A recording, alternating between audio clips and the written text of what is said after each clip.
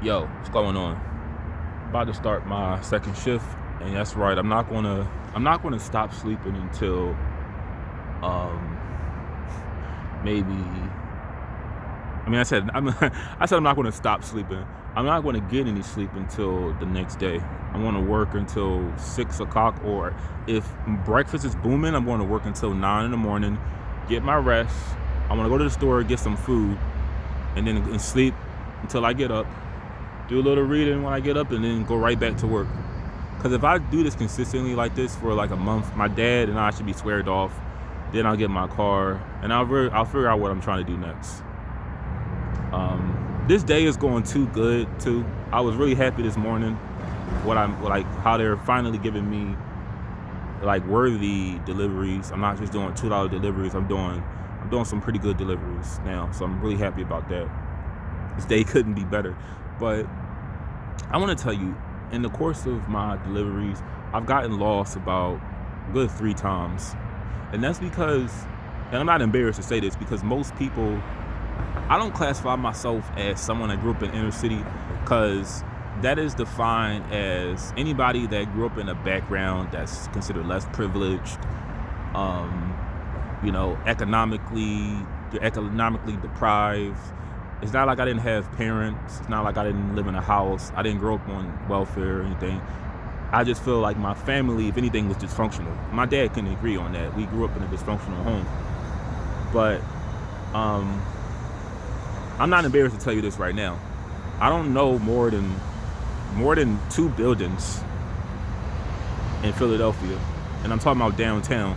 If you were to ask me questions relating to the city, like, hey, what building is this? What building is this? What landmark is this? I'm not going to really know, and I'm going to tell you why. Because this city is so divided, mostly by race and income. Mostly income, because if you don't have money, I don't feel like they'll just give you like a place to stay if you don't have the money. There's a lot of broke ass people here, but I never knew about downtown really until I started working. Like, there's a neighborhood that my dad can tell you stories about called Port Richmond, Kensington. Kensington was once a pretty good neighborhood before drugs became like what it was known for. But it was historically known for running black people. Like what Bensonhurst, Brooklyn was in the 80s, that's what Kensington was in the 70s and the late 60s. My dad can tell you story after story of how blacks ran out of those neighborhoods. But I didn't know what that neighborhood was. I didn't know about Fishtown and Kensington until I got in high school, because all I really ever known was West Philly and North Philly. I knew of South Philly, but I never been in it like that. I didn't know what Port Richmond was. I didn't know what Fishtown was. I'm like, where's Fishtown? Never heard of that. Where is I heard of Roxborough, but never really spent time in it. So it's like the places that I know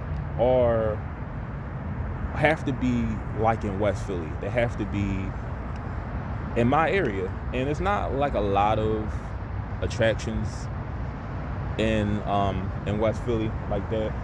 I mean, if you were to ask me, like, hey, where's Clark Park at? I'd be like, yeah, that's around 40th Street.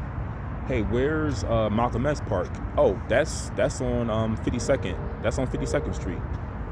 Where's Bill Cosby's old neighborhood? Oh, well, my dad lived on the same block as him. That's around Popular Street.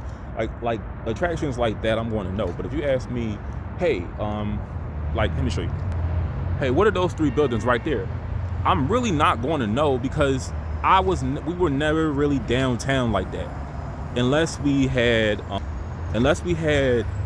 to go to, like, I don't know, a fucking like baseball. Like, we played baseball, we came down here for that. When it was concerts for like the every weekend before Labor Day, every Labor Day weekend, they'll have like the America, I forgot how it was called, but Jay-Z always performs here during like it's a festival for Wawa. It was America something. That's the only time I would come down here, like downtown, was for that.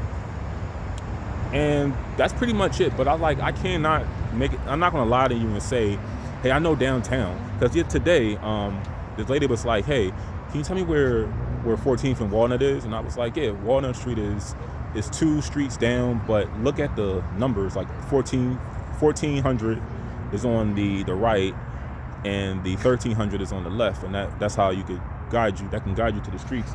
But I'm not going to make it like I just know every single fucking historical attraction down here, because I don't.